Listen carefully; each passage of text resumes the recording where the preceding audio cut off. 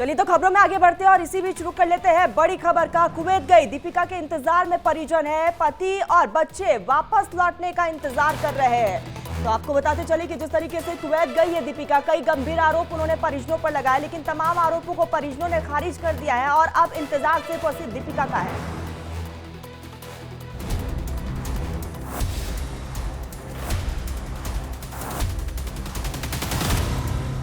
इरफान का प्लान, दीपिका बेगम जान।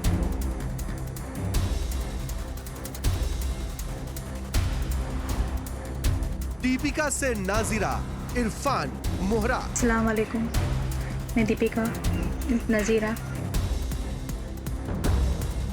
सीमा पार साजिश, दीपिका माचिस।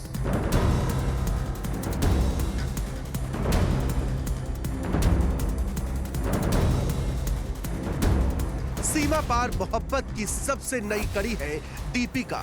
सीमा और अंजू ने तो अपने प्यार के लिए सिर्फ एक दो सरहदें लांघी, दीपिका ने तो सारी हदें ही पार कर दी। दीपिका लव जिहाद के जाल में कुवैत तक फंस गई। सीमा और अंजू के बाद सबकी जुबान पर दीपिका के किस्से हैं। गली मोहल्लों में, छतों में लोग दीपिका दीपिका दोहरा रहे हैं। हर रोज इन तीनों की पहेलियां लोगों के मनोरंजन का जरिया बन गई हैं। बात मनोरंजन तक होती तो फिर भी ठीक था, लेकिन इसकी परतों में तो साजिश के निशान दिखाई पड़ते हैं। राजस्थान के डूंगरपुर की दीपिका फिलहाल कुवैत में है। दीपिका ने कुवैत से वीडियो भेजा, इस्लाम कबूल कर गुजरात के इरफान से निकाह कर लिया। अस्सलाम वालेकुम, मैं दीपिका नजीरा। दीपिका उर्फ नजीरा। मैं ये कहना चाहती हूँ, मेरे घर छोड़ने के पीछे ये रीज़न है कि मैं वहाँ पे बहुत परेशान थी और मेरे को बहुत परेशान करते थे, इसलिए मैंने परेशान होकर घर छोड़ा है। बहुत ही ज़्यादा परेशान थी मैं वहाँ पे, बहुत ज़्यादा टॉर्चर कर रहे थे मेरे को। मेरे साथ ना जाने क्या क्या हो रहा था वहाँ पे। 10 साल से ये सब कुछ बर्दाश्त कर रही थी मैं, इसलिए कि मेरे बच्चे हैं। पर जब अब मेरे से नहीं हुआ बर्दाश्त तो मैंने एक कदम उठाया और मैं यहाँ तक आई हूँ।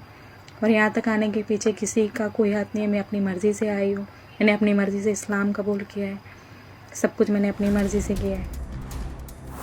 दीपिका आज इरफान के प्यार में पागल है, लेकिन सच ये भी है कि वो अपने हंसते खेलते परिवार को बर्बाद करके भागी है। पूरा परिवार सदमे में है।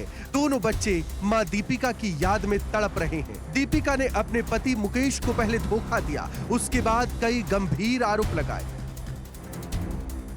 ये बात, मेरा ससुर मेरे साथ गलत हरकतें करता था। वो मेरा,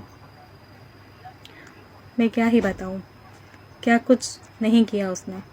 आधी आधी रात को दरवाजे ठोकना, गलत जगह पे मेरे को टच करना, मेरे साथ गलत हरकतें करना, ये सारी बातें मैंने अपने हस्बैंड को बताई।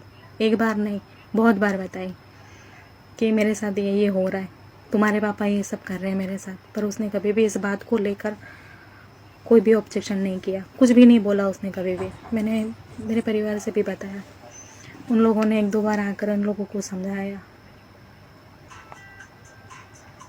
और समझाने के बाद में वो 1-2 दिन ठीक रहते थे। उसके बाद में जो भी उनकी हरकतें थी शुरू हो जाते थे। सुबह में आता है, शाम को आता है, जब भी बच्चे घर में नहीं होते घर में घुस जाता है, उल्टी सीधी हरकतें करना। इन सब चीज़ों से मैं बहुत परेशान हो चुकी थी और ये बातें मैंने बार बार अपने हस्बैंड को बताया कि मेरे साथ गलत हो रहा है, या तो आप अपने साथ ले चलिए मेरे को मुंबई में हमारे होटल है, तो मैंने ये भी बोला कि मेरे को वहाँ ले चलिए। उन्होंने नहीं मानी।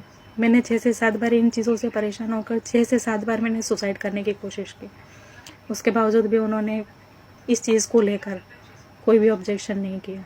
जिन चीज़ों से मैं बहुत परेशान हो गई थी और परेशान होकर मैंने उन लोगों को छोड़ने का फैसला किया।